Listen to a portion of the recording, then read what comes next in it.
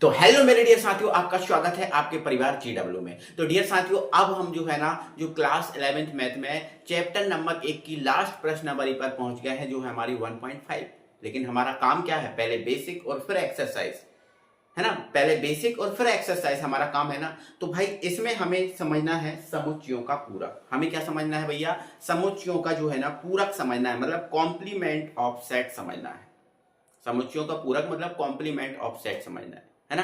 ये complement of set क्या होता है, तो कॉम्प्लीमेंट ऑफ सेट जो है ना उल्टा होता है। आप ये समझ लीजिए, कॉम्प्लीमेंट ऑफ सेट क्या होता है, उल्टा होता है। लेकिन कैसा उल्टा, उसको समझना पड़ेगा ना पहले, है ना। चलो आप देख लो, मान लीजिए U एक सार्वत्रिक समुच्चय है। मतलब यहाँ पर जो आपको सार्वत्रिक समुच्चय यूनिवर्सल सेट हमने जो पढ़ के रखा ना, उसके बारे में थोड़ा सा आपको नॉलेज होना चाहिए, ठीक है ना। मान लीजिए हमारे पास जो एक U है, एक सार्वत्रिक समुच्चय, ये मान लिया अपन ने, ठीक है। एक सार्वत्रिक और ऐसा समुच्चय जिसमें सभी उपसमुच्चय होती है ना, वो सार्वत्रिक होता है ना भाई, ठीक है ना। चलो सार्वत्रिक समुच्चय और U का उपसमुच्चय, मतलब जो A है, जो मैंने आपको दिया है, एक मैंने U दे के देखा रखा और एक आपको A दे के रखा है। तो EU को माना हमने सार्वत्रिक समुच्चय और A जो है वो U का उपसमुच्चय, मतलब जो A है वो U के अंदर है, ये जो है U के अंदर है, उपसमुच्चय मतलब उसके अंदर है, ठीक है ना।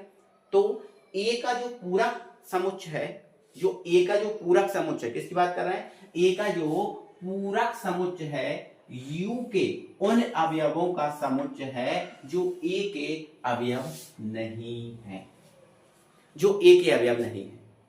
जो A के अवयव नहीं है वो आपका क्या होगा, पूरक होगा।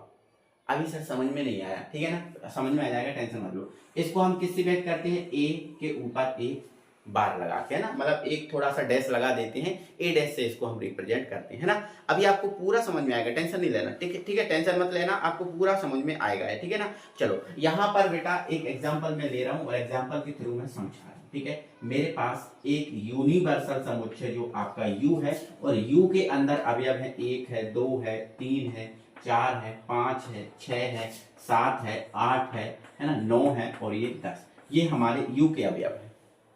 ये एक यूनिवर्सल समुच्चय का काम कर रहा है, ये U के अवयव है, मतलब ये एक यूनिवर्सल समुच्चय, ठीक है ना। और इसका जो उपसमुच्चय है A, इसका जो उपसमुच्चय है A, इसके अंदर अवयव है 1 3 5 7 9, ठीक है ना। इसके अंदर अवयव है 1 है, 3 है, 5 है, 7 है, 9 अवयव, ठीक है। ये अब आपसे बोला है कि इसका जो कॉम्प्लीमेंट क्या होगा, मतलब जो A है इसका कॉम्प्लीमेंट क्या होगा, मतलब इसका पूरक क्या होगा, ये आपसे पूछा है। तो देखो लिखा है A का पूरक समुच्चय U के उन अवयवों का समुच्चय है जो A के अवयव नहीं है। मतलब U के उन अवयवों का समुच्चय, ध्यान से सुनना मेरी बात, U के उन अवयवों का समुच्चय है जो A के अवयव नहीं है। मतलब यहां पर जो आपका यूनिवर्सल समुच्चय है, सार्वत्रिक समुच्चय है, उसमें A के जितने अवयव हैं उनको काट दो, जो बचे हैं वही आपका पूरक होगा। तो इसमें जो A के अवयव है, इसमें जो A के अवयव हैं उनको काटो। देखो 1 है काट दो, 3 है काट दो, 5 है काट दो, 7 है काट दो, 9 है काट दो। अब यहाँ पर जो अवयव बचे हैं वही इसका क्या होगा, पूरक होगा, है ना। मैंने ये आपको काट के बताया, लेकिन आपको ऐसे काटने नहीं है ना, ऐसे आपको काटना नहीं, मैंने आपको काट के बताया है, आपको ऐसे काटना नहीं, आपको समझने की, समझाने के लिए आपको समझाया, मैंने बताया है, ठीक है। तो अब हमारे पास क्या बचा, देखो 2 बचा हमारे पास, क्या बचा, 4 बचा, 6 बचा, 8 बचा, ये 10 बचा, ठीक है ना। तो यही जो है इसका कॉम्प्लीमेंट है, यही इसका पूरक है, ठीक है ना। तो ये बात समझ गए, ये लाइन आपके लिए बहुत इंपॉर्टेंट है। U के उन अवयवों का समुच्चय जो A के अवयव नहीं, U के अवयवों का समुच्चय ही पूरक होता है। जो U है, जो मेन है सार्वत्रिक समुच्चय, उसके अवयवों का समुच्चय, लेकिन उसमें से हटाना किसको है, A के अवयवों को, है ना। मैं यहां पर आपसे ये बोल सकता हूं, मैं यहां पर आपसे ये बोल सकता हूं कि जो आपका A कॉम्प्लीमेंट है वो कब आता है, जब U में से आप किसको घटा दो, A को घटा दो। देखो आपने घटाना सीखा ही है ना, अवयवों को आपने घटाना सीखा ही है, मैंने आपको सिखाया ये, है ना, घटाना आपको सिखाया है। तो आपको ध्यान रखना है, अगर U में से A को घटाओगे तो आपके पास जो है ना A पूरक आ जाएगा, ठीक है ना, A डैश आ जाएगा, मतलब A का पूरक, A का पूरक इसको पढ़ सकते हो। तो ए का पूरक कब प्राप्त होगा, जब यू में से ए को घटा दोगे। देखो यू में से हमने ए को घटाई, देखो काटा है मतलब घटाया ही तो है, जो बचा है वो आपका आंसर है, ठीक है ना। हाँ, तो मुझे उम्मीद है आपको ये समझ में आया होगा, कोई दिक्कत नहीं है, है ना। चलो अब यहाँ पर इसके कुछ गुणधर्म है, उनको आप सीख लीजिएगा। जैसे मान के चलो ए है ना, और union A dash, A union A पूरक बोल सकते हो। ए यूनियन ए पूरक क्या होता है, यू होता है, ठीक है ना। मतलब क्या बोला है, देखो आपका ए तो है और ए कॉम्प्लीमेंट क्या होगा, ए कॉम्प्लीमेंट कैसे निकलता है, यू में से ए को घटा के, मतलब जो अवयव बचे हैं वो है ना, जो ए के अवयव को घटा के जो बचता है वो क्या है, यू है, ठीक है ना। या फिर मैं ऐसे समझूं कि देखो ये हमारे पास क्या है, ए, ये हमारे पास क्या है, ए, है ना, और ये हमारे पास क्या है, ए डैश। इन दोनों का देखो, अब ए यूनियन ए डैश का मतलब यही है कि इन दोनों के अवयवों को लेना है कि नहीं लेना।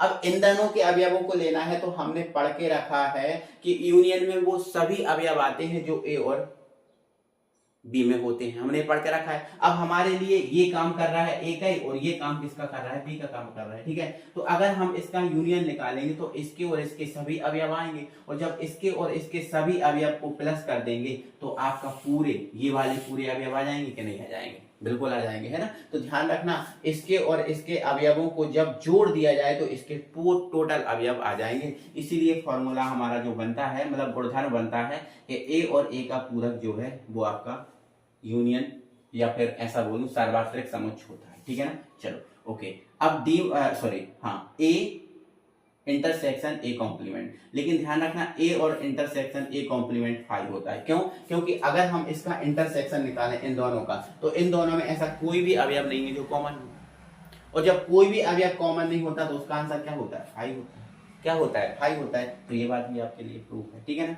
चलो अब ये डी मॉर्गन कुछ का नियम कहता है, डी मॉर्गन एक प्रमेय है, डी मॉर्गन एक वैज्ञानिक है, उन्होंने एक प्रमेय दी थी। उनके अनुसार देखो, अगर ए यूनियन बी का हम कॉम्प्लीमेंट या पूरक निकालें, ए यूनियन बी का कॉम्प्लीमेंट निकालें, तो ये जो कॉम्प्लीमेंट है वो इंटरसेक्शन में बदल जाता है, ये यूनियन जो है वो आपका इंटरसेक्शन में बदल जाता है ना। तो ध्यान रखना, ए यूनियन बी का जो कॉम्प्लीमेंट है वो A complement intersection B complement होता है, ठीक है ना।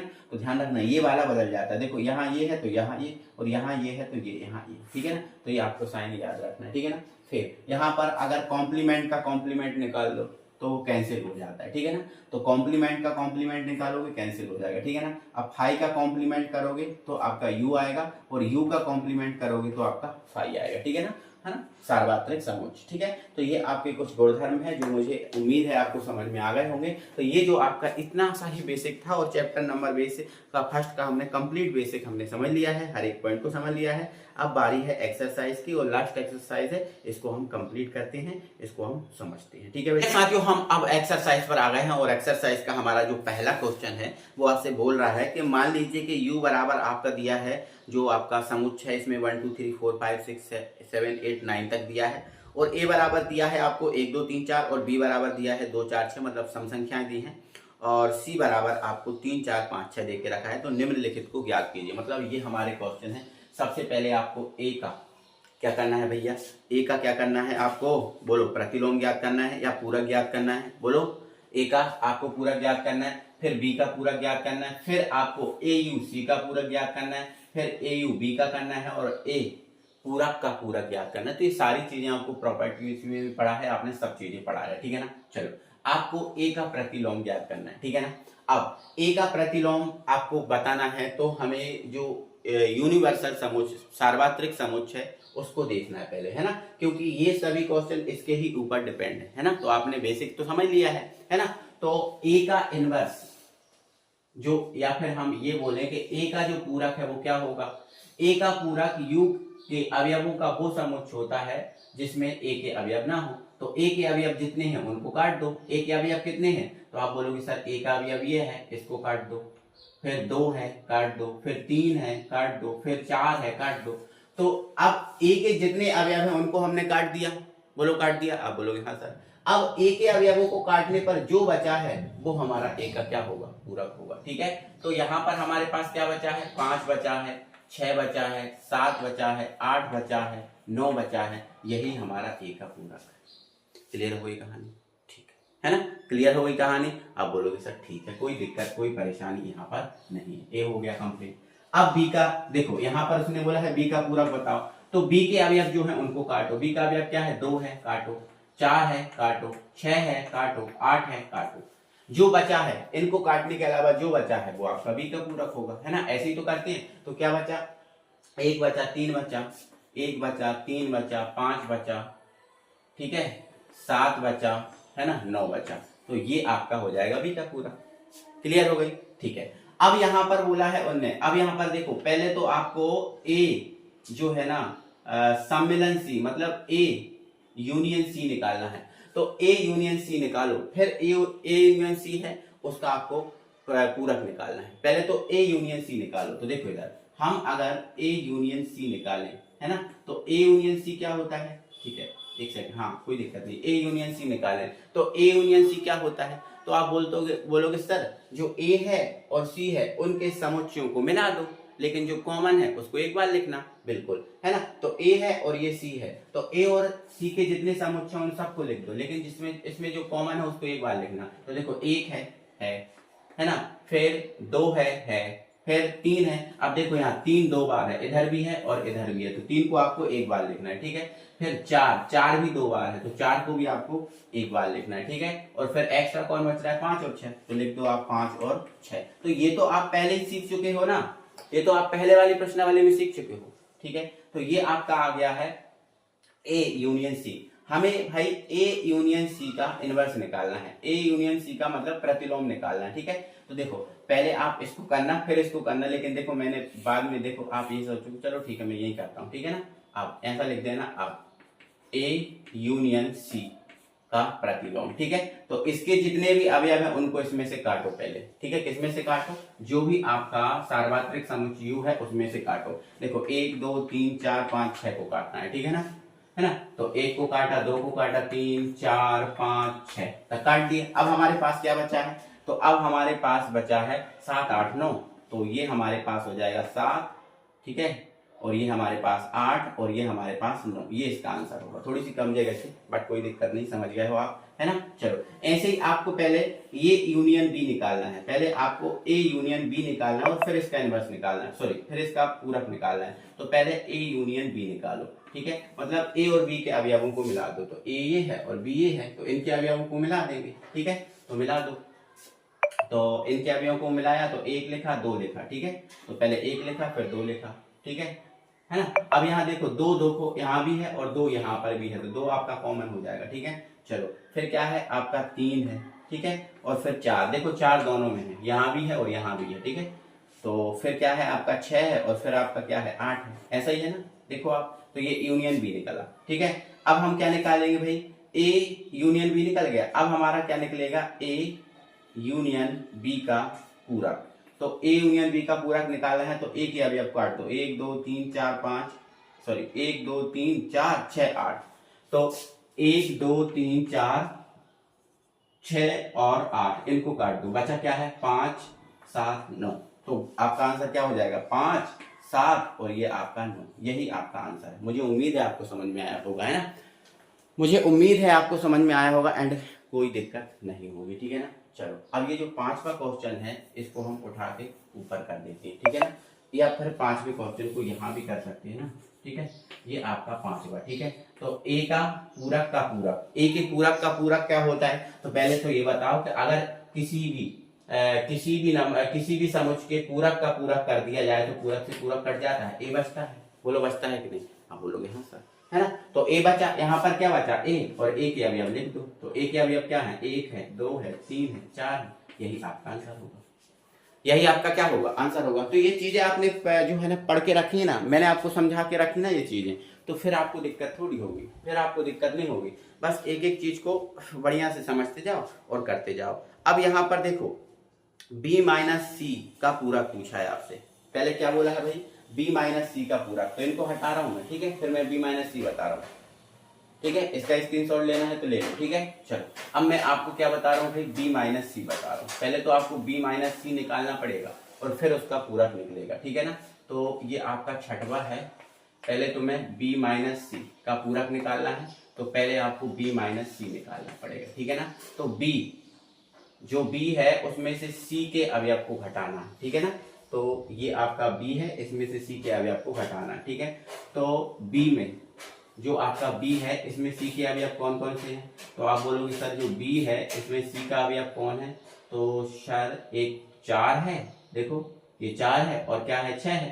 तो b में से c के अवयव को हटा दो, तो एक 4 है और एक 6 है, तो ये 4 को हटा दिया और 6 को हटा दिया, और तो नहीं है, नहीं।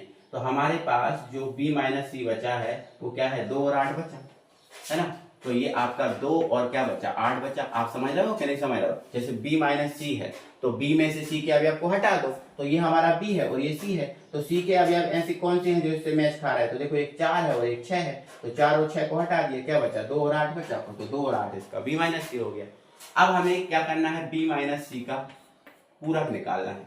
तो b माइनस सी का पूरक निकालना है, तो जो b माइनस सी के अवयव है उसको u में से हटाओ, है ना, उसको u में से हटाओ। तो देखो b माइनस सी के अवयव को u में से हटाएंगे तो b माइनस सी क्या है 2 और 8, मतलब 2 और 8 को हटा दो, ठीक है, जो बचा वो लिख दो। तो क्या बचा हमारे पास 1 बचा, 3 बचा, 4 बचा, 5 बचा, 6 बचा, 7 बचा और ये 9 बचा। यही आपका आंसर है ना, यही आपका आंसर है, ठीक है।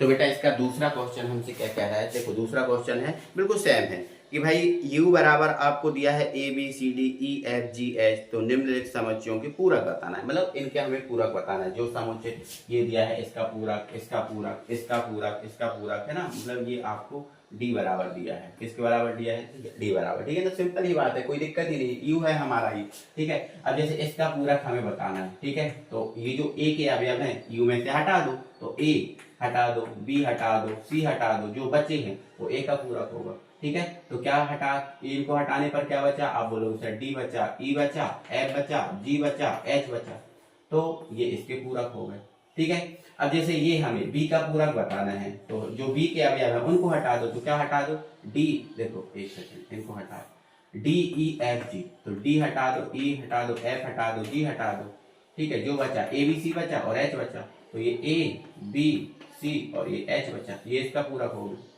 फिर हमें c का पूरक बताना है, तो c के जो अवयव हैं उनको हटा दो, c के अवयव कौन है a c e g, तो a हटा दो, c हटा दो, e हटा दो, g हटा दो, क्या बचा b d f h, तो b d, है ना, b d f और h, ये इसका आंसर हो जाएगा, ठीक है ना। चलो फिर आपको d का प्रतिलोम बताना, सॉरी d का पूरक बताना है, तो f g h a हटाओ, तो f g h a, तो देखो f g h a हटा दो, तो क्या बचा b c d e बचा, तो ये लिख दो b c d e बचा, है ना। तो ये इतने सिंपल क्वेश्चन है भाई, है ना, पूरक वाले क्वेश्चन इतने सिंपल है। दूसरा भी हमारा फिनिश हो गया, दूसरा क्वेश्चन भी हमारा कंप्लीट हो गया। मुझे उम्मीद है आप सबको समझ में आया होगा, ठीक है ना।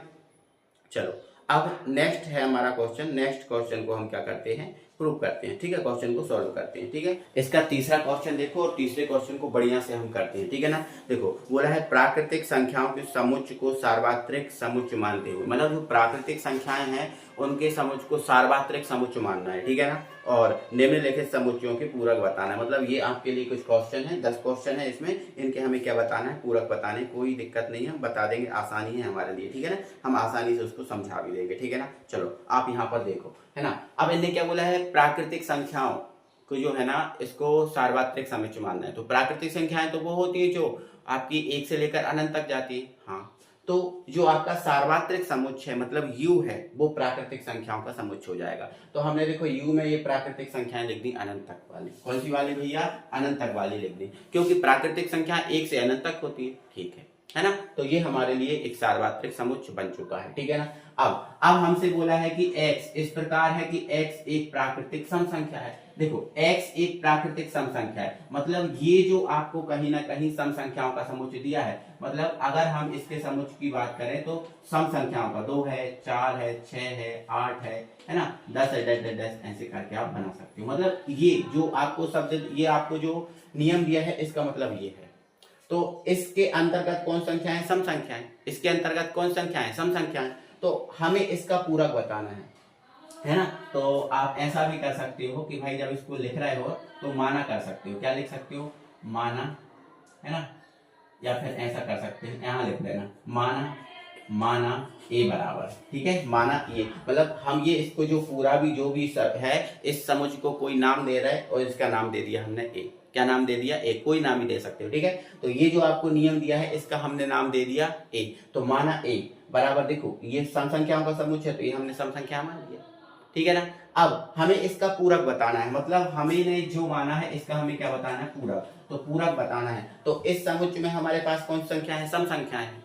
और इसमें कौन सी है? सम और विषम सब है, बोलो है कि नहीं। तो यहां से जितनी भी सम संख्या है उनको अगर हटा दो तो इसका पूरक आ जाएगा। तो सम संख्याएं जैसे 2 है, 4 है, 6 है, 8 है ना, 10 है, इनको हटा दो तो विषम संख्याएं बचेंगी। 1 है, 3 है, 5 है, 7 है, 9 है, ऐसे ही चलता जाएगा। तो मतलब ये जो आपका इसका जो पूरक है वो आपका विषम संख्याओं का आ जाएगा, ठीक है ना, क्योंकि सम संख्याओं को हटाना है ना। तो सम संख्याओं को इसमें से हटाएंगे तो यही तो बचेंगी, समझ लो आप। तो ये इसका पूरक होगा, ठीक है ना। अब इसको आप मान लेना b बराबर, ठीक है, तो लिख देना माना b बराबर। अब यहाँ पर क्या बोला है? एक प्राकृतिक विषम संख्याएं हैं, मतलब इसके अंतर्गत प्राकृतिक विषम संख्याएं, मतलब 1 है, 3 है, 5 है, 7 है ना, डैश डैश डैश लगा दो, ठीक है। तो इसके अंतर्गत विषम संख्याएं हैं। तो अगर हम इसका पूरक निकालना है, मतलब b पूरक निकालना है, तो यहाँ पर कौन संख्याओं को हटाना पड़ेगा? विषम को। तो विषम को हटा देंगे तो क्या बचेंगे? सम बचेंगे, मतलब 2, 4, 6,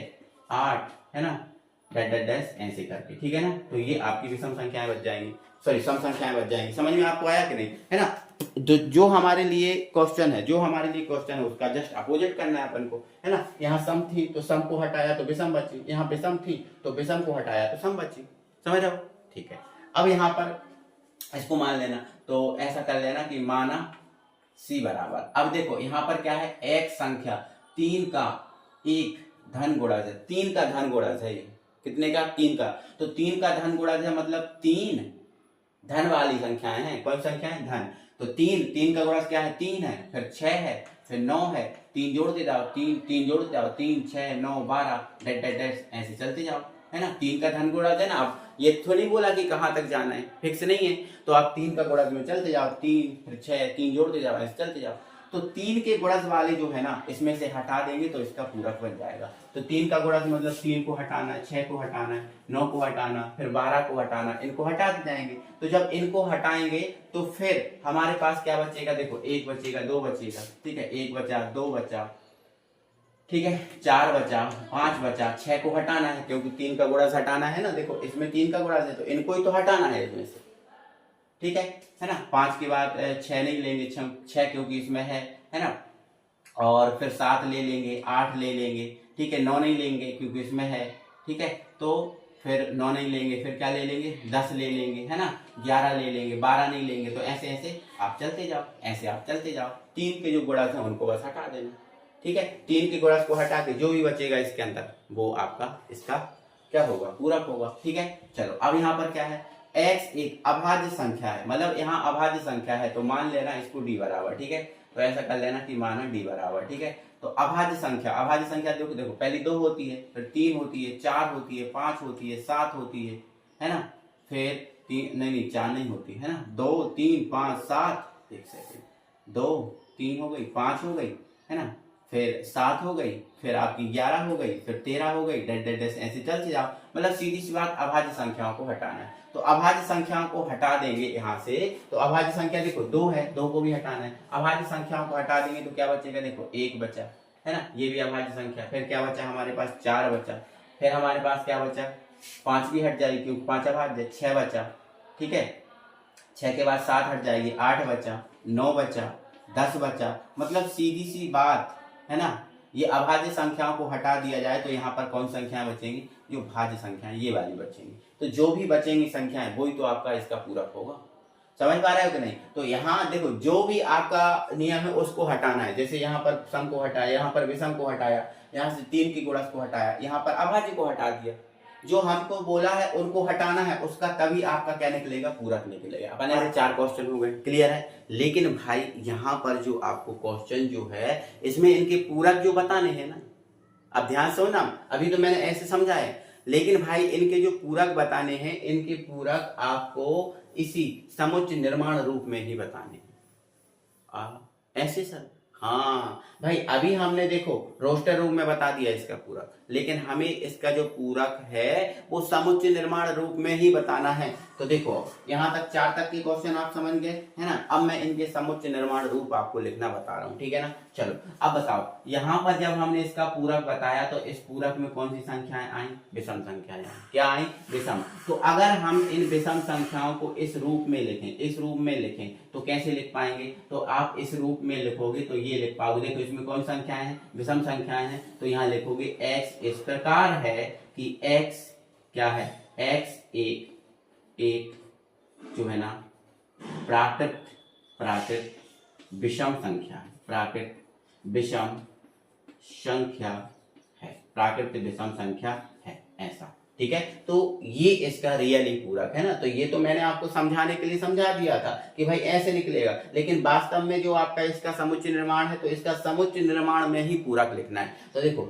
इसमें सम संख्याएं हैं तो इसमें कौन सी होंगी? सिर्फ विषम संख्याएं होंगी, क्योंकि सम संख्याएं हैं, जितनी भी हट जाएंगी केवल विषम बचेंगे। समझ पा रहे हो कि नहीं समझ पा रहे? ठीक है ना। अब यहाँ देखो, यहाँ पर ये हमें एक प्राकृतिक विषम संख्याएं हैं। क्या है? प्राकृतिक विषम संख्याएं हैं। तो विषम संख्याओं को हटा दो तो क्या बचा? सम बचा। तो अगर हमें इसको समुच्चय निर्माण रूप मतलब ऐसा लिखना है तो क्या लिखना पड़ेगा? तो इसको ऐसा लिखना है। तो इसका आंसर देखो, यहाँ नीचे जगह नहीं है बट मैं यहाँ लिख दे रहा हूँ। तो क्या लिख सकते हो आप? इसका जो पूरक है, इसका जो पूरक है उसमें क्या लिख सकते हो कि भाई x इस प्रकार है कि देखो सम आई ना कि x एक प्राकृत सम संख्या है। प्राकृत सम संख्या है, सम संख्या है, ये लिखते हो। ये इसका पूरक है ना। मतलब आपको आंसर इस रूप में लिखना है। समझ पा रहे हो? आपको आंसर आपको इस रूप में लिखना है। ये मैंने आपको समझा दिए, 4 तक के आपको समझा दिए भी, ठीक है। तो इसका जो है ना इस रूप में लिखना है। तो आपको इसका आंसर ऐसे लिखना है, ये समझाने के लिए है, और इसका आंसर ऐसे लिखना है, ये समझाने के लिए। क्लियर बात? चलो अब आ जाओ मेरी बात, ध्यान सुनो। अब हमारा अगला क्वेश्चन था तीसरा। x संख्या 3 का एक धन गुणज है ना। तो 3 का धन गुणज ये लोग आएंगे। हाँ सर आएंगे। 3 का धन गुणज, 3 का धन गुणज ये लोग आएंगे। तो 3 के धन गुणज को हमें हटाना है। तो 3 के धन गुणज को हटाएंगे तो हमारे पास ये आया है ना। तो सर इसको हम कैसे लिखें, है ना। तो इसको हमें ऐसे लिखना है। देखो यहाँ पर थोड़ी सी कम जगह है, लेकिन इस कम जगह में ही मैं एडजस्ट कर रहा हूं, आप सुनना, ठीक है। देखो इधर x इस प्रकार है कि x बराबर, देखो x बराबर क्या है? x बराबर 1 है तथा 3 का धन गुणज नहीं है। 3 का धन गुणज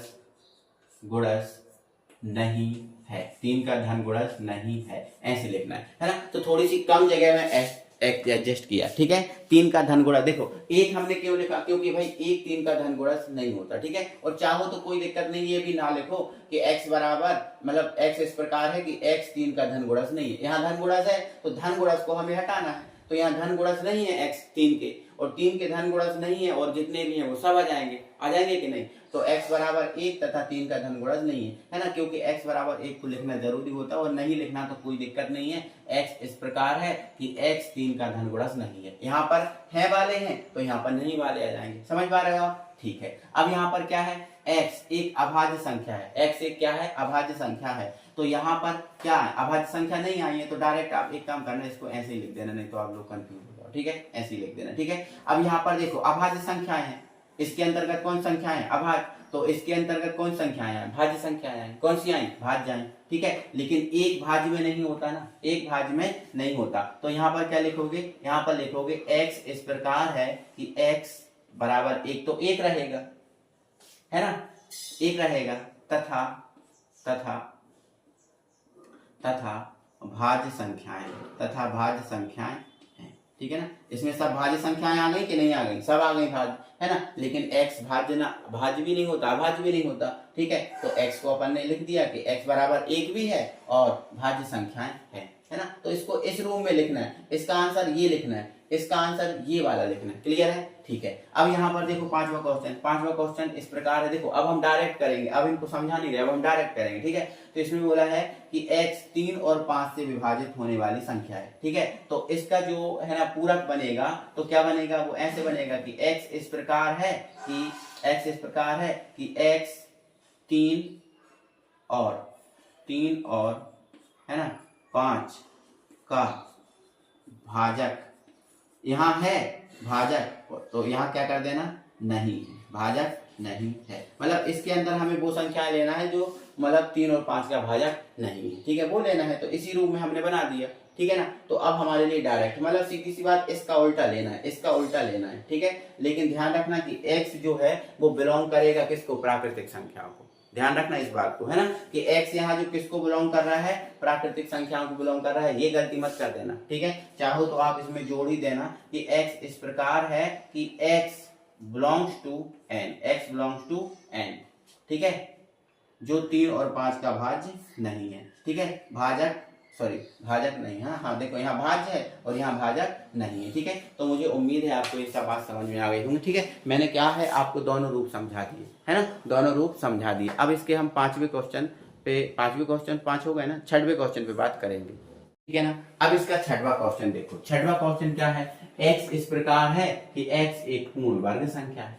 अब भाई पूर्ण वर्ग संख्या है ना, तो इसका जो प्रतिलोम है, देखो पूर्ण वर्ग संख्या है इसमें, तो इसमें जितनी भी पूर्ण वर्ग संख्या है उनको हटा दो। जैसे पूर्ण वर्ग 4 है ना, 9 है ना, जैसे 16 है, इनको हटा दो। पूर्ण वर्ग संख्याओं को हटा देंगे तो जो बचेंगी वो इसका पूरक होगा। तो मतलब इसका पूरक डायरेक्ट आप लिख सकते हो कि भाई एक, देखो अब आपको सिखा के रखा है ना मैंने, अब डायरेक्ट में लिख सकता हूँ, ठीक है। x इस प्रकार है कि x एक पूर्ण वर्ग संख्या नहीं है, पूर्ण वर्ग संख्या नहीं है, खत्म करो। अब यहाँ पूर्ण घन संख्या है, तो पूर्ण घन संख्याओं को हटा दो, तो यहाँ पर क्या लिख दोगे कि भाई x इस प्रकार है कि x एक पूर्ण घन संख्या नहीं है, पूर्ण घन संख्या नहीं है, बस नहीं है। तो मतलब ये हटा दिया हमने, समझ रहे हो ना। तो मैंने आपको सिखा के रख दिया बेसिक, अब हम इनको डायरेक्ट लिख सकते हैं, कोई परेशानी आपको है नहीं, ठीक है। चलो अब यहाँ पर देखो, इसने बोला है कि x इस प्रकार है कि x को जब हम 5 में जोड़ते हैं तो 8 आता है, मतलब ऐसा है हमारा। तो भाई x की जगह आप क्या लो कि 8 आ जाए, तो आप बोलोगे सर x की जगह केवल 3 लेने से 8 आ सकता है और कोई भी संख्या लेने से 8 नहीं आ सकता, समझ रहे हो आप। x की जगह 3 लेने से सर 8 आ सकता है और कोई सी भी संख्या लोगे 8 नहीं आएगा, समझ रहे हो आप। देखो बताओ, हमें x + 5 = 8 करना है, तो x की जगह 3 लेने से ही 8 बन सकता है और 3 नहीं लेंगे तो 8 कभी बन ही नहीं सकता। तो मतलब हमें बस वो नहीं, x का मान वो नहीं लेना है जिससे 8 बने, है ना, x का मान हमें वो नहीं लेना है जिससे 8 बने, और जो मान लेना है वो ले सकते हो। तो x की जगह 3 लेने पर ही 8 बनेगा, मतलब इसका जो समुच्चय है इसमें केवल और केवल 3 आएगा, केवल और केवल क्या है, 3 आएगा। तो मतलब हमें 3 को छोड़ना है और 3 को छोड़कर जितने हैं वो सब अवयव ले लो, जिन 3 के अलावा जितने भी अवयव हैं वो सब ले लो, ठीक है। तो मतलब यहाँ पर इसका पूरक लेना है तो सभी समुच्चय जाएंगे। तो x इस प्रकार है कि x बिलोंग्स टू n, मतलब x n को बिलोंग कर रहा है, x किसको बिलोंग कर रहा है, n को बिलोंग कर रहा है, और भैया है ना x n को बिलोंग कर रहा है, तथा जो है ना x जो है वो 3 के बराबर नहीं है, मतलब 3 के बराबर नहीं है। मतलब x इस प्रकार है कि x किसको बिलोंग कर रहा है, n को, मतलब x में प्राकृतिक संख्या है, x की जगह कोई सी भी प्राकृतिक संख्या ले सकते हो, किसको छोड़कर, 3 को छोड़कर, क्योंकि 3 यहाँ है, 3 यहाँ है, तो 3 को छोड़कर कोई भी संख्या आप ले सकते हो, समझ रहे हो, क्योंकि 3 जोड़ने से 8 बनता है, ठीक है। चलो अब यहाँ पर कंडीशन है, यहाँ पर ऐसी कंडीशन है कि 2x में 5 जोड़ेंगे तो 9 बनेगा, तो मतलब 9 नहीं बनना चाहिए, है ना। मतलब आपको इसमें वो संख्याएं x की जगह इसमें वो वाली संख्या लेना है जिससे 9 बन जाए। तो x की जगह क्या रखें कि 9 बन जाए, तो देखो x की जगह 1 रखने पर 9 बनेगा नहीं, हाँ, क्योंकि 2 एकम 2 और 5 7 हो गया, है ना। x की जगह अगर 2 रख देंगे तो 2 दूनी 4 और 5 9, हाँ, तो x की जगह आपका क्या आ जाएगा, 2 आ जाएगा, क्या आ जाएगा, 2 आ जाएगा, है ना। 2 के अलावा कुछ भी रखें 9 नहीं आएगा, तो 2 के अलावा कुछ भी रखने पर 9 नहीं आएगा। मतलब हमें केवल और केवल किसको छोड़ना है, 2 को छोड़ना है, किसको छोड़ना है, 2, क्योंकि 2 ही एक ऐसी संख्या है जो 9 बनाती है और हमें 9 नहीं बनाना, क्योंकि पूरक लिखना है ना हमें इसका। तो पूरक लिखना है तो मतलब उल्टा लिखते हैं, पूरक में क्या करते हैं, उल्टा लिखने हैं, है ना, इस जो भी होता है उसका उल्टा लिखते हैं। तो बस हमें 9 नहीं बनाना, इसके अलावा जो भी है वो बन जाए, कोई दिक्कत, ठीक है। तो यहाँ पर लिख सकती हूँ x इस प्रकार है कि x बिलोंग कर रहा है किसको, n को, है ना, तथा जो x है वो 2 के बराबर नहीं होना चाहिए, मतलब 2 नहीं होना चाहिए और जो भी संख्या है वो सब इसके अंतर्गत आ सकती है, कोई प्रॉब्लम नहीं है, क्योंकि हमें 9 नहीं बनाना बस अकेला, यहाँ 8 नहीं बनाना था, 3 को छोड़ दिया। ठीक है, चलो अब इसमें क्या है, तो भाई इसमें x इस प्रकार है कि x जो है ना, x जो है वो 7 के बराबर है, x जो है वो 7 के बराबर है और 7 से छोटा है। मतलब इसके अंतर्गत देखें तो x है, 2 1 है, 2 है, 3 है ना, 4 है, 5 है ना, 4 5 है, 6 है, 7 है, ये वाली संख्याएं इसके अंदर आएंगी, तो इनको अपने छोड़ना है और इनको छोड़ के तो भाई 7 तक की संख्याओं को छोड़ दो, मतलब 7 से बड़ी ले लो ना।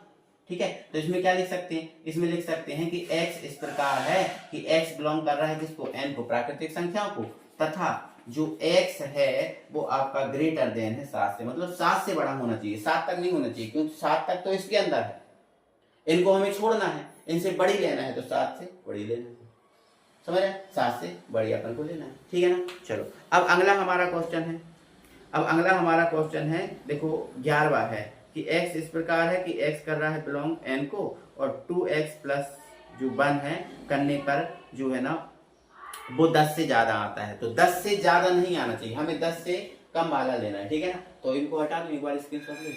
ठीक है भाई, हमारा जो इसका 11वां क्वेश्चन है वो ये है कि भाई मतलब क्या था, 11वां है ना, हाँ 11वां है, और इसमें ये बोला है कि x इस प्रकार है कि भैया x बिलोंग कर रहा है किसको, n को बिलोंग कर रहा है। ठीक है, और जो है ना, और जो है आपका क्या है, 2x प्लस 1 ग्रेटर देन है 10 से, है ना, ये 10 से ग्रेटर देन है, 10 के बड़ा है, तो भाई 10 से बड़ा है, मतलब ये चीज क्या है, 10 से बड़ी है और हमें क्या करना है, 10 से छोटी चाहिए। मतलब अगर हमें यहाँ पर x की वो वैल्यू रखना है, x की वो वैल्यू रखना है कि ये जो है ना 10 से बड़ा आ जाए, 10 से बड़ा आ जाए, तो देखो अगर हम x का मान 2 रख देंगे तो क्या बताओ, ये 10 से बड़ा आएगा नहीं, है ना, क्योंकि 2 दूनी 4 और 1 5 हो जाएगा।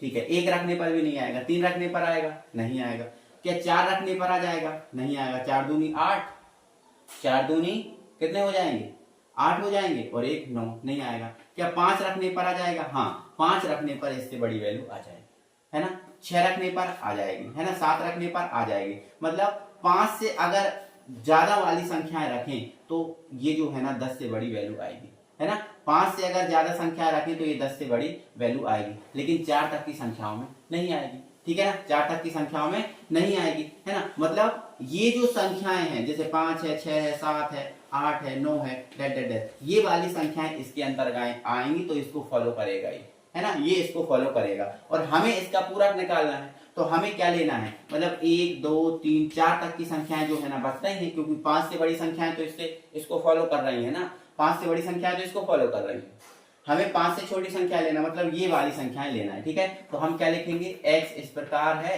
कि x बिलोंग कर रहा है n को, है ना, तथा जो x है वो आपका जो है ना x है वो किसका, वो आपका क्या है, 5 से क्या है, छोटा है, 5 से क्या है, छोटा।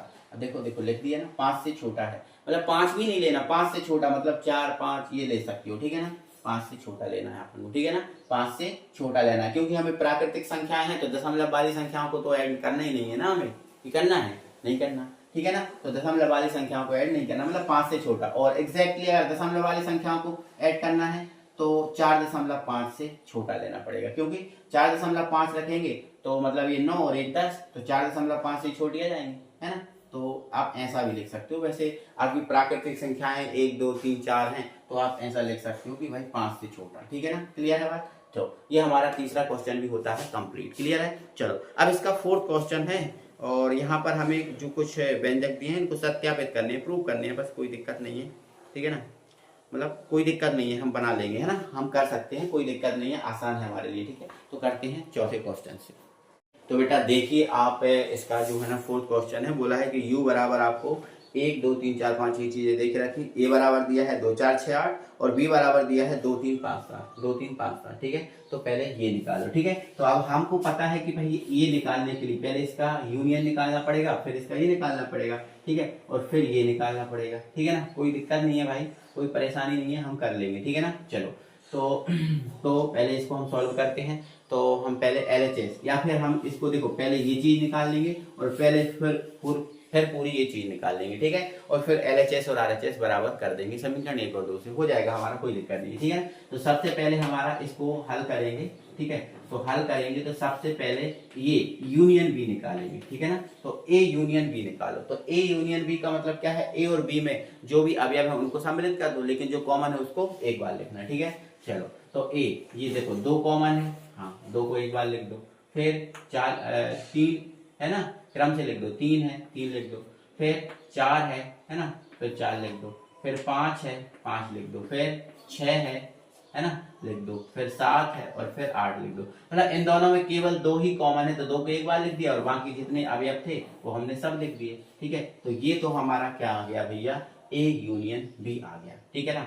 हमें लेकिन ए यूनियन बी का पूरक निकालना है ना, तो ए यूनियन बी का हम क्या निकालेंगे, पूरक। तो ए यूनियन बी का पूरक निकालेंगे तो ए यूनियन बी में जितने अवयव हैं उनको छोड़ दो।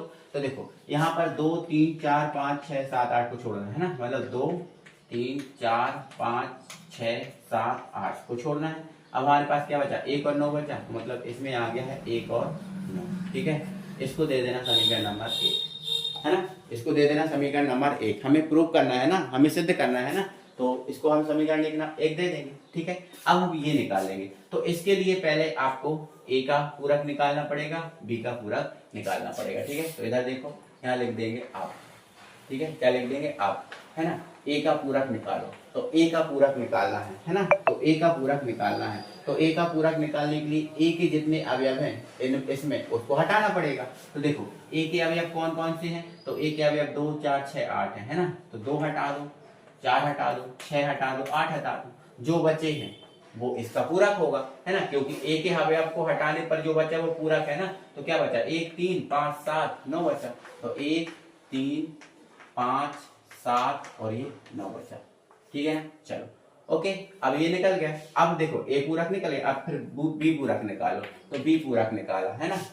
तो बी में क्या है, 2 3 5 7 है, तो 2 3 5 7 को हटा दो, तो 2 3 5 7 को 2 हटाया, 3 हटाया, 5 हटाया, 7 हटाया, तो जो बचा है वो लिख दो, क्या बचा, तो 1 4 6 8 9, है ना, 1 4 6 8 9। देखो आपको बेसिक बहुत अच्छे से पता होना चाहिए, है ना, वरना आपको दिक्कत होगी, ठीक है ना। चलो फिर अब हमारे ए का पूरक निकल गया, बी का पूरक भी निकल गया, हमें इसका यूनियन निकालना है, ठीक है ना। हमें क्या निकालना है, यूनियन, मतलब ए यूनियन बी, है ना, ए के पूरक और बी के पूरक का क्या निकालना है, यूनियन। और यूनियन में हम क्या देखते हैं, कॉमन देखते हैं, जो इनमें कॉमन हो वो लिखते हैं। तो इनमें कॉमन कौन है, एक तो 1 है, ठीक है, और क्या है, 9 है। देखो 1 और 9 कॉमन है, तो इसके अंदर कौन आएगा, केवल 1 और 9 ही आएगा, है ना, बाकी अवयव नहीं आएंगे, केवल 1 और 9 ही आएगा।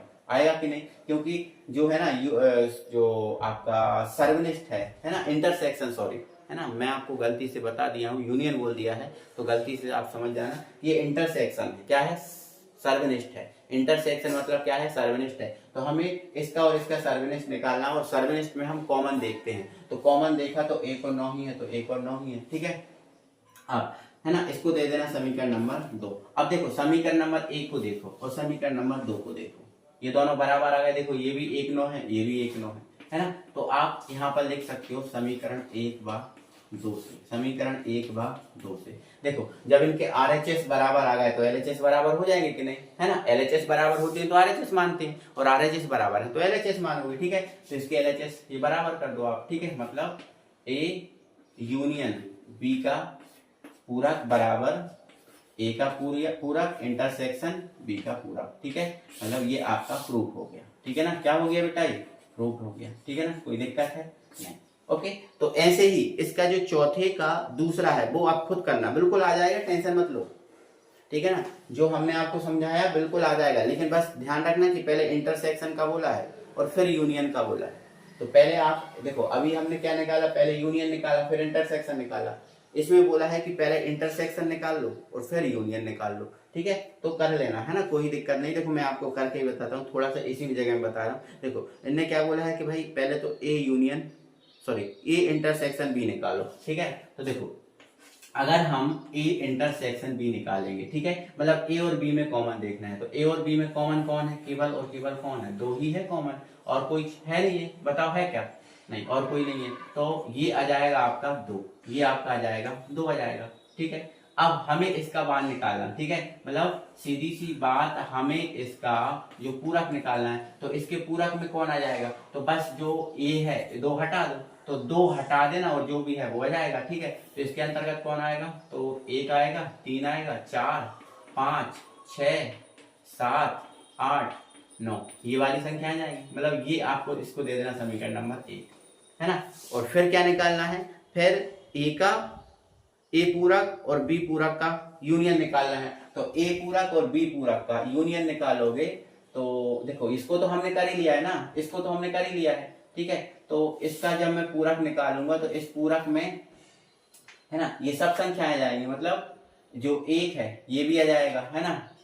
फिर आपका एक के अलावा फिर कौन आ जाएगा, देखो तीन आ जाएगा, है ना, तीन लिख दो, फिर चार है, चार आ जाएगा, है ना, पांच आ जाएगा, छह आ जाएगा, सात आ जाएगा, आठ आ जाएगा, नौ आ जाएगा, मतलब ये आपका ए पूरक बी पूरक का यूनियन है। अब देखो समीकरण एक और समीकरण दो बराबर आ गए, मतलब मैंने आपको समझा ही दिया है, ठीक है, पूरा का पूरा, है ना, तो आप ये कर लेना, ठीक है। अब फिफ्थ क्वेश्चन, मतलब पांचवा, छठवा और सातवां देखना, और कोई दिक्कत नहीं है इनके, तो बैनारिक बनाना, तो चलो मैं इनको समझाता हूँ, ठीक है। और तो बेटा इसके बाद आप इसका पांचवा क्वेश्चन देखिए, और पांचवा क्वेश्चन क्या है, निम्नलिखित में से प्रत्येक के लिए उपयुक्त बैन आरेख खींचिए। बढ़िया है, हमें बैन आरेख खींचना है, तो भाई बैन आरेख खींचना पहले हमें आना चाहिए, पहले हमें बैन आरेख समझना चाहिए, ठीक है ना। तो भाई बैन आरेख खींचने के लिए, बेटा बैन आरेख को खींचने के लिए, ठीक है ना, हम तीन चीजों की लगभग जरूरत पड़ती है, ठीक है ना। तो पहला है बैन आरेख खींचने के लिए सबसे पहले भाई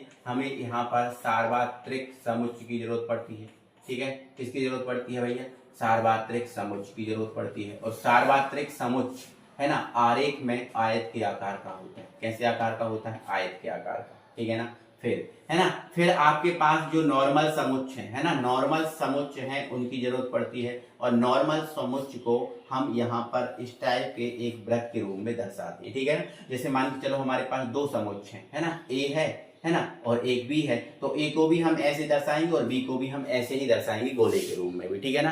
ठीक है, तो बैन आरेख यहाँ पर बनाना है तो हमें सार्वत्रिक समुच्चय और नॉर्मल समुच्चय जो भी हमें दिया है उसकी जरूरत पड़ेगी, ठीक है। तो सार्वत्रिक समुच्चय को हम आयत के रूप में दर्शाएंगे, ठीक है, और नॉर्मल समुच्चय को जैसे हम ना वृत्त के रूप में दर्शाएंगे। किसके रूप में दर्शाने वाले हैं बेटा, वृत्त के रूप में दर्शाने वाले हैं, ठीक है ना। चलो अब यहाँ पर मेरी बात सुनिएगा, ठीक है ना, यहाँ पर मेरी बात सुनिएगा, ध्यान से समझिएगा, ठीक है ना। चलो अब मेरे भाई जैसे मान के चलो किसी ने बोला कि आप एक काम करो, ए यूनियन बी बनाओ। क्या बनाओ, ए यूनियन बी बनाओ।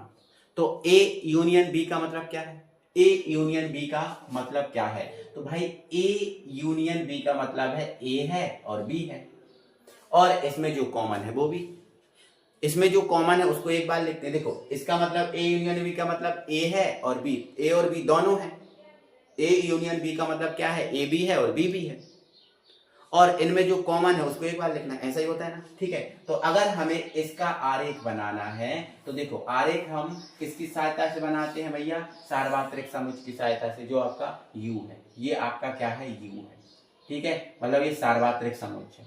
अब हमें a यूनियन b बनाना है ना, तो a का आप गोला बना लो, ठीक, और यूनियन b बनाना है तो आप b का गोला बना दो, मतलब a और b दोनों लेना है, लेकिन इसमें जो कॉमन है वो भी लेना है, ठीक है। तो b का आप गोला बना दो, ठीक है। तो ये हमने a का बना दिया, ये a का है और ये किसका है, b का है, तो a और b दोनों इसमें आ जाएंगे, मतलब a और जो b है ना, वो किस में आ जाएगा, वो जो आपको दिख रहा है ना पूरा, ये वाला पूरा दिख रहा है a, और पूरा आपको जो b दिख रहा है वो जो कॉमन वाला है, ये आपका ये यूनियन b कहलाता है। ये पूरा वाला भाग, मतलब ये वाला भाग, एक सेकंड रुकना, अलग कलर से करता हूँ, ठीक है। तो ये जो आपको भाग दिख रहा है ना, ये वाला है ना, ये वाला कॉमन वाला भाग दिख रहा है, ठीक है, और ये वाला भाग दिख रहा है ना, ये सब जो आपका किस में आएगा, ये सब आपका किस में आएगा, तो ये सब बेटा आपका जो है ना ए यूनियन बी में आ जाएगा, मतलब ये यूनियन बी का ग्राफ बैन आरेख है ना, ये यूनियन बी का, मतलब इसका मतलब समझो, पहले ए और बी दोनों ए और बी दोनों, ए यूनियन बी का मतलब क्या है, ए और बी दोनों ले लो और इसका जो कॉमन है वो भी लेना, जो कॉमन है उसको एक बार लेते हैं, ऐसे ही आपको पता है। तो देखो ए यूनियन बी, ए को भी लो, पूरा बी को भी लो और इसमें जो कॉमन है उसको एक बार लिखना, ठीक है, चलो, है ना। चलो अब यहाँ पर अगर किसी ने बोला कि ए है ना, ए इंटरसेक्शन बी का बना दो, ये यूनियन है, ए इंटरसेक्शन बी का बनाओ, तो इसका मतलब क्या होता है, इसका मतलब ये होता है कि इन दोनों का कॉमन लो, ए का और बी का क्या लो, कॉमन, है ना, ए का और बी का कॉमन। तो देखो इनकी हेल्प से ही बनाते हैं, तो ये हमने एक यूनिवर्सल समुच्चय बना दिया। अब ये हमने ए का गोला बना दिया और ये हमने बी का गोला बना दिया, है ना। तो यहाँ पर ए सर्वनिष्ठ बी क्या होगा, ए सर्वनिष्ठ बी क्या होगा, तो ए सर्वनिष्ठ बी का मतलब क्या है कि आपको क्या करना है, इन दोनों का कॉमन लेना है। तो इन दोनों का कॉमन, इन ये ए है और ये क्या है बी, तो इन दोनों का कॉमन कौन सा है, तो आप बोलोगे सर इन दोनों का कॉमन ये है ना, इन दोनों का कॉमन ये है। तो ये जो आपको दिख रहा है ये अकेला जो यहाँ पे मैंने डार्क किया है, ये जो मैंने डार्क किया है ये आपका ए है ना, इंटरसेक्शन बी होगा, ये इंटरसेक्शन बी होगा, समझ रहे आप, है ना। तो ये आपका ए और बी का ग्राफ है। मुझे आपको उम्मीद है अब मैं आपको समझा पाया होगा, कोई दिक्कत नहीं होगी, ठीक है ना। चलो अब यहाँ पर बेटा हमारा जो क्वेश्चन है उस क्वेश्चन के अनुसार हम बात करते हैं, क्वेश्चन के अनुसार चीजों को जानते हैं, ठीक है ना। अब हमारे पास हाँ, अब हमारे पास बेटा पहला क्वेश्चन है कि ए यूनियन बी के पूरक का ग्राफ बनाइए, मतलब आपको इसका ग्राफ बनाना है, ठीक है ना। ए यूनियन बी का पूरक, ये इसका ग्राफ बनाइए, इसका बनाइए ग्राफ, इसका वेन आरेख बनाइए। तो क्या ही दिक्कत, हम बना लेंगे, है ना, पहले हम बना लेंगे, कोई दिक्कत नहीं है। तो पहले भाई इसको छोड़ो, पहले आप ए यूनियन बी बनाओ, क्या बनाओ, ए यूनियन बी, ठीक है ना। तो ए यूनियन बी बनाना है हमें, ठीक है, हम बनाते हैं ए यूनियन बी। तो देखो ये तो आपका यू है, ये आपका ए है, क्या है ए, ठीक है, और ये आपका ए बन गया बेटा, ठीक है, ये आपका ए बन गया और ये आगे अलग कलर से बनाता हूं, और ये मैंने इसका बना दिया, ये मैंने बना दिया बी, ये बना दिया ए और ये बना दिया बी, ठीक है ना। चलो ये आपका मतलब ये ए यूनियन बी का मतलब ये आपका पूरा है ना, इसको छोड़ के ये जो आपको दिख रहा है ना इसको छोड़ दिया जाएगा, है ना, इसको छोड़ दिया जाएगा, इसको, है ना, इसको डार्क कर दो। ए यूनियन बी का मतलब क्या है, ए यूनियन बी का, ए यूनियन बी का मतलब इनको छोड़ के केवल ये वाला, ठीक है ना, ये वाला आपको दिख रहा है ना, ठीक है। मैं इसको डार्क करता हूँ थोड़ा सा, ठीक है, मैं इसको पहले डार्क करता हूँ अच्छे से ना, ये वाला, ठीक है, यहाँ पर मैं इसको डार्क करता हूँ, फिर अच्छे से समझाऊंगा, बताऊंगा आपको, ठीक है।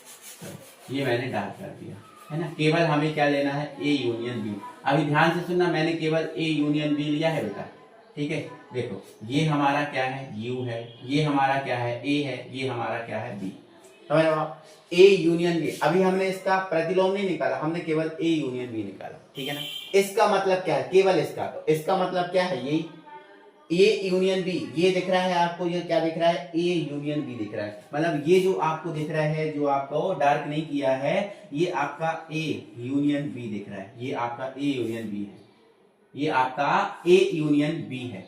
लेकिन सर ये क्या दिख रहा है, ये क्या दिख रहा है, तो भाई ये जो आपको जो डार्क डार्क दिख रहा है ये क्या है, तो भैया ये ए यूनियन बी का पूरक है।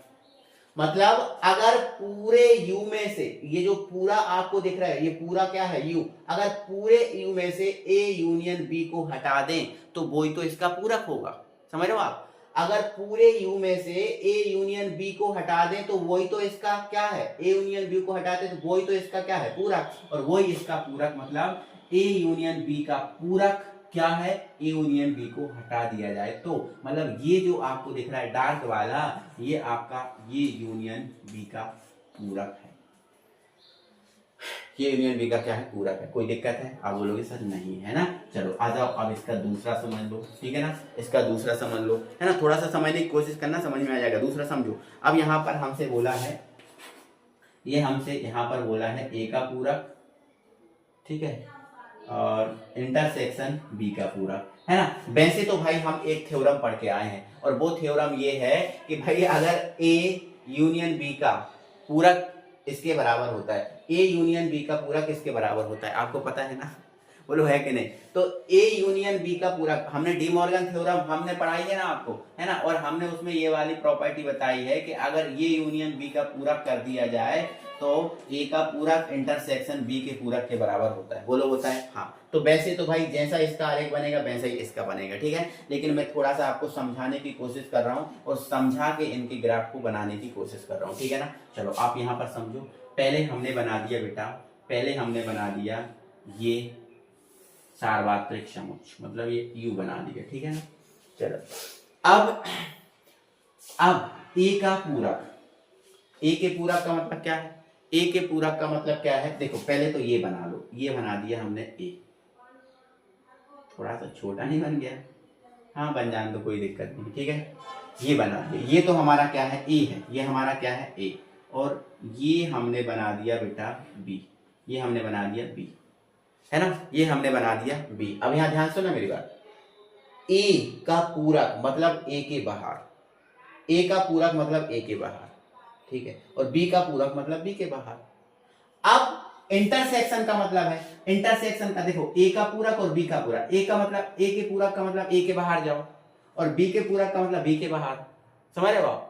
तो अब ए इंटरसेक्शन बी मतलब ए और बी दोनों के बाहर, ए और ए के बाहर, इसका मतलब बी के बाहर, और इंटरसेक्शन लगा है, इंटरसेक्शन क्या बताता है, कॉमन बताता है, दोनों का क्या बताता है, कॉमन, तो इसके बाहर और इसके बाहर भी, इसके भी बाहर है हम, इसके भी बाहर, तो अब इसके बाहर और इसके बाहर ये इंटरसेक्शन कॉमन ही बताया, मतलब दोनों के बाहर। अब दोनों के बाहर मतलब दोनों के बाहर, मतलब दोनों के बाहर आप क्या कर दो, क्या कर दो, डार्क कर दो, दोनों के बाहर आप क्या कर दोगे, डार्क कर दोगे। जैसे ही आप दोनों के बाहर आप क्या करोगे, डार्क करोगे, तो ये आपका, ये दोनों के बाहर जैसे ही आप क्या कर दोगे, डार्क कर दोगे, तो ये आपका आ जाएगा ए का, ए और बी के पूरक का इंटरसेक्शन आ जाएगा, ये वाला, ठीक है ना। तो मैंने इसको क्या किया, डार्क कर दिया, ठीक है, मैंने इसको ये डार्क कर दिया, ये, ठीक है, ये डार्क कर दिया, ठीक है। तो ये जो डार्क वाला स्थान है ये ए का पूरक इंटरसेक्शन बी का पूरक होगा, है ना। ओके, तो मुझे उम्मीद है आपको थोड़ा सा समझ में आया होगा, कोई दिक्कत और कोई परेशानी नहीं होगी, ठीक है ना। तो ये हम ए और बी के दोनों के बाहर चले गए, ए और बी के दोनों के बाहर, मतलब ए और बी के दोनों के बाहर जो है आपका जो ए का पूरक इंटरसेक्शन बी का पूरक होगा, ठीक है। और वैसे भी आपको पता है यार, प्रॉपर्टी लगती है, मतलब ये इसके ही बराबर होता है, तो इसका जो पूरक है वही तो इसका पूरक होगा, ऐसे समझ लो आप, ठीक है, ऐसे समझ लो, ठीक है। अब अगला है ए इंटरसेक्शन बी का पूरक, ठीक है। अब यहाँ देखो तीसरा है, तीसरा और समझो, है ना, सभी समझ लो, कुछ ना कुछ आपको जैसे अंत तक जाओगे कहीं ना कहीं आपको समझ में आएगा, ठीक है ना। अब यहाँ पर ए और बी का इंटरसेक्शन मतलब ए और बी का कॉमन, ए इंटरसेक्शन बी का मतलब क्या है, ए और बी का कॉमन, ठीक है। तो देखो ये मैंने आपको यूनियन बना के दिया, है ना, मतलब ये मैंने यू बना के दिया। अब ये हमारे पास क्या है, ए है, और ये हमारे पास क्या है, बी है। तो यहाँ आप इसको मत देखो, अभी ए इंटरसेक्शन बी का मतलब क्या है, ए इंटरसेक्शन बी का मतलब ये है, ये इंटरसेक्शन बी का मतलब ये चीज है आपको, है ना, ये वाली चीज है ना, एक सेकंड, ये इंटरसेक्शन बी का मतलब ये वाली चीज है, ये आपको दोनों में कॉमन दिख रही है, वो वाली चीज है। अब लेकिन ए इंटरसेक्शन बी का पूरक मतलब ए इंटरसेक्शन बी का पूरक मतलब ए इंटरसेक्शन बी के बाहर। अब ए इंटरसेक्शन बी के बाहर मतलब आप सब में चले जाओ, ए इंटरसेक्शन बी का मतलब क्या है, आप इसमें सब में चले जाओ, ठीक है, एक सेकंड रुकना, ठीक है, एक सेकंड रुकना। अब हम इसके बाहर जा रहे हैं ना, तो इसके बाहर चलेगा, ठीक है, अभी रुकना, है ना, अभी मैं सबको डार्क करता हूँ पहले, ठीक है, सबको क्या करता हूँ, डार्क करता हूँ, ठीक है ना, ये मैंने सबको क्या कर दिया, डार्क, ठीक है ना। ये हमारा U है, ये हमारा A है, ये हमारा B है, ठीक है, ये हमारे गोले थे इस टाइप के, ठीक है, इस टाइप के हमारे क्या थे भैया, गोले, ठीक है। अब A इंटरसेक्शन B का मतलब क्या है, इन दोनों का कॉमन, इन दोनों का क्या है, कॉमन, लेकिन यहाँ पर इसका पूरक लगा है, मतलब A इंटरसेक्शन B के बाहर जाना है, तो A इंटरसेक्शन B को छोड़ दो और इसके बाहर A इंटरसेक्शन, एक सेकंड, A इंटरसेक्शन B को छोड़ के बाकी सबको क्या कर दो, आप डार्क कर दो। तो अगर हम ए इंटरसेक्शन बी को छोड़ के सबको क्या कर देंगे, देखो ये डार्क नहीं है बेटा, है ना, ये वाला केवल डार्क नहीं है, ठीक है, एक सेकंड मैं थोड़ा सा हटाता हूँ इसको, है ना, अच्छे तरीके है ना, ये वाला, ठीक है। तो ये हमने इसको बना दिया, ठीक है, ये वाला है ना। तो इसको ये वाला डार्क नहीं है, इसको छोड़ के देखा जाए तो ये पूरा जो है, अब देखो ए इंटरसेक्शन बी के बाहर, मतलब ए इंटरसेक्शन बी के बाहर डार्क कर दिया, तो यही आपका ए इंटरसेक्शन बी का क्या है, पूरा है ना, क्या है ये पूरा है। क्लियर है बात, कोई दिक्कत है ना। अगर ये नहीं होता तो इसको डार्क करते, वो कि सबको ले लेते, अब ये है मतलब इसको सबको बाहर कर दिया, ठीक है। अब अगला क्या है, तो भाई अब हमें अगली प्रॉपर्टी देखो, फोर्थ वाला बिल्कुल सेम है, फोर्थ वाला है ना, ये है ना एक पूरक यूनियन बी का पूरक, देखो ये इसके बराबर ही होता है डी मॉर्गन थ्योरम के अनुसार, है ना। तो जैसा इसका बना वैसा ही का वैसा इसका बनाएगा, तो इसका आप थोड़ा सा समझ के आप खुद बनाओ, इसका समझ के आप खुद बना लो, ठीक है ना बेटा। चलो, है ना। तो ये हमारा 5वां क्वेश्चन हो चुका है कंप्लीट। मुझे थोड़ा सा ऐसा तो लग रहा है यार, कुछ तो आपको हद तक समझ में आया होगा, ठीक है ना। अब 5वां क्वेश्चन देखिए, है ना। तो देखो अब हमारा जो 6वां क्वेश्चन है बोला है, मान लीजिए कि किसी समतल में स्थित सभी त्रिभुजों का समुच्च सार्वत्रिक समुच्च है। तो ये जो U है वो सभी त्रिभुजों का समुच्च है, मतलब एक सार्वत्रिक समुच्च है, और इस U में कौन आएगा, सभी त्रिभुज आएंगे, सभी त्रिभुज आ जाएंगे, है ना, ठीक है।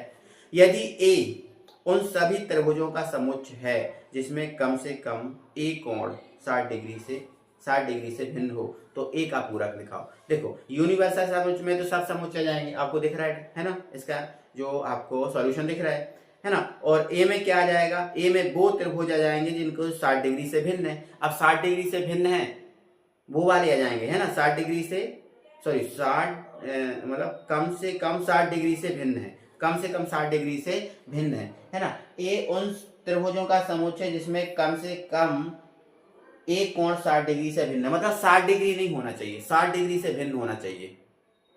60 डिग्री वाला नहीं लिया इनने, 60 डिग्री से भिन्न वाला लिया। तो ए में क्या है, 60 डिग्री से भिन्न वाला। अब इसका पूरक, अब पूरक तो 60 डिग्री से भिन्न वाले हटा दो, तो बचा कौन, 60 डिग्री वाला। और 60 डिग्री वाला कौन होता है, समबाहु त्रिभुज होता है, मतलब इसका जो प्रतिलोम है वो आपका समबाहु त्रिभुज आ जाएगा, क्योंकि 60 डिग्री से भिन्न वाले ए में रखे हैं, तो उसका हमें पूरक लेना, मतलब उल्टा लेना है। तो 60 डिग्री से भिन्न वाले तो उसमें रखे, तो 60 डिग्री वाले इसमें आ जाएंगे, सिंपल है, मतलब समबाहु त्रिभुज टोटल इसमें आ जाएगा, ठीक है ना।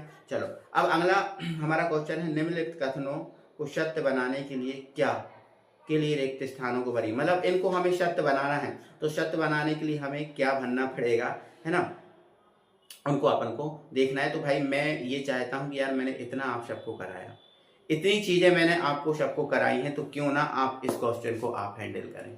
तो 7वें क्वेश्चन को हैंडल आप करेंगे, और इस हिसाब से हमारा जो चैप्टर है वो आपका क्लोज होता है, और कल से हमारा चैप्टर नंबर 2 स्टार्ट होगा, जिसका नाम है संबंध एवं फलन, ठीक है ना भाई। तो कल से भाई अपन करने वाले हैं संबंध एवं फलन, बढ़िया तरीके से करेंगे, कोई परेशानी नहीं होगी, है ना, बढ़िया तरीके से आनंददायक तरीके से हम इसको फिनिश करेंगे। 2-3 प्रश्नावली हैं, हो जाएंगी जल्दी, ठीक है ना भाई। चलो तो फिर मिलते हैं अगली वीडियो के साथ, तब तक के लिए बाय बाय, जय हिंद।